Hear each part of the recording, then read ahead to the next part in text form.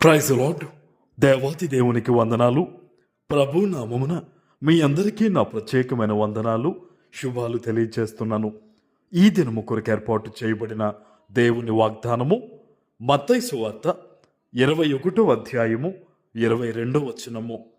మరియు మీరు ప్రార్థన చేయునప్పుడు వేటిని అడుగుదురో అవి దొరికినవని నమ్మిన ఎడల మీరు వాటన్నిటినీ పొందుదురని వారితో చెప్పెను. దేవుని నామానికి మహిమ కలుగునుగాక. ఈ ఉదయకాల సమయంలో సర్వ సృష్టికర్త అయిన నీ తండ్రి గొప్ప వాగ్దానాన్ని నీకు అందిస్తూ ఉన్నారు. హల్లెలూయా. ఆయన అంటున్నారు కదా, మీరు ప్రార్థన చేసేటప్పుడు వేటిని అడుగుతున్నారో అవన్నీ కూడా దొరికినవని నమ్మండి అంటున్నాడు ఆయన.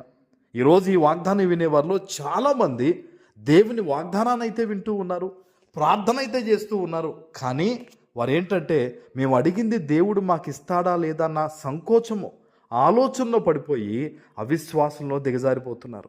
ఈరోజు నీకు ఎన్నో అవసరాలు ఉన్నాయి, నీ మీద ఎన్నో భారాలు ఉన్నాయి, నీ మీద ఎన్నో బాధ్యతలు ఉన్నాయి.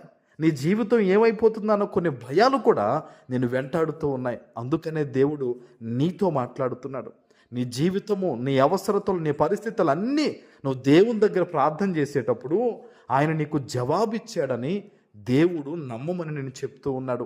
అవిశ్వాసానికి దూరంగా ఉండి దేవునికి దగ్గరగా నమ్మకంతో నువ్వు ఉంటే గనక నీ జీవితాన్ని దేవుడు అద్భుతమైన ఒక మంచి మార్గంలో ప్రభు నడిపించబోతూ ఉన్నాడు. అంతేకాదు, నీవు అడిగిన ప్రతిదీ కూడా దేవుడు నీకు ఇవ్వబోతూ ఉన్నారు. ఆమెన్.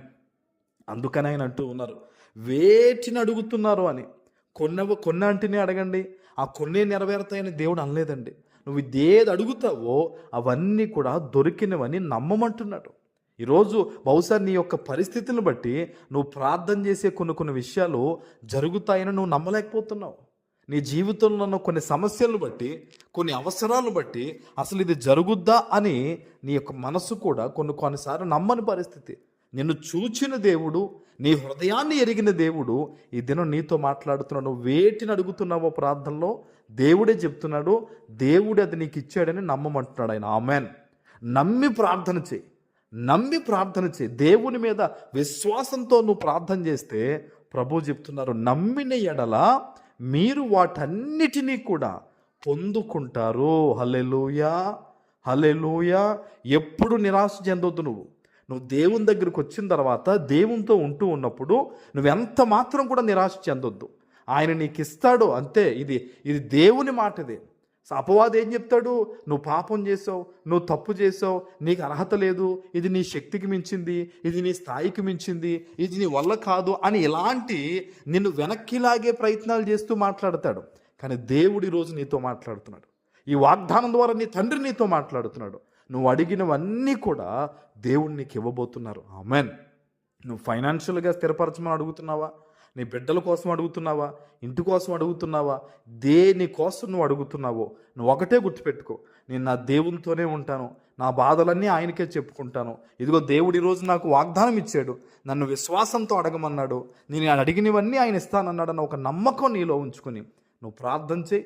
చేతులెత్తి ప్రార్థన చేయి. ఈ వాగ్దానం ఎత్తిపెట్టి నువ్వు ప్రార్థన చేయి. గొప్ప దీవెన, ఆశీర్వాదాలు ఈరోజు నీ మీదకి రాబోతూ ఉన్నాయి. ఆమెన్. ప్రార్థన చేసుకుందాం. పరిశుద్ధుడా, ప్రేమ కలిగిన తండ్రి, మీకు వందనాలు. ఈ ఉదయకాల సమయంలో మీరు ఇచ్చిన ఈ గొప్ప వాగ్దానము ప్రతి బిడ్డ జీవితంలో నెరవేర్చి స్థిరపరచమని యేసు నామమున ప్రార్థిస్తున్నాను తండ్రి. ఆమెన్.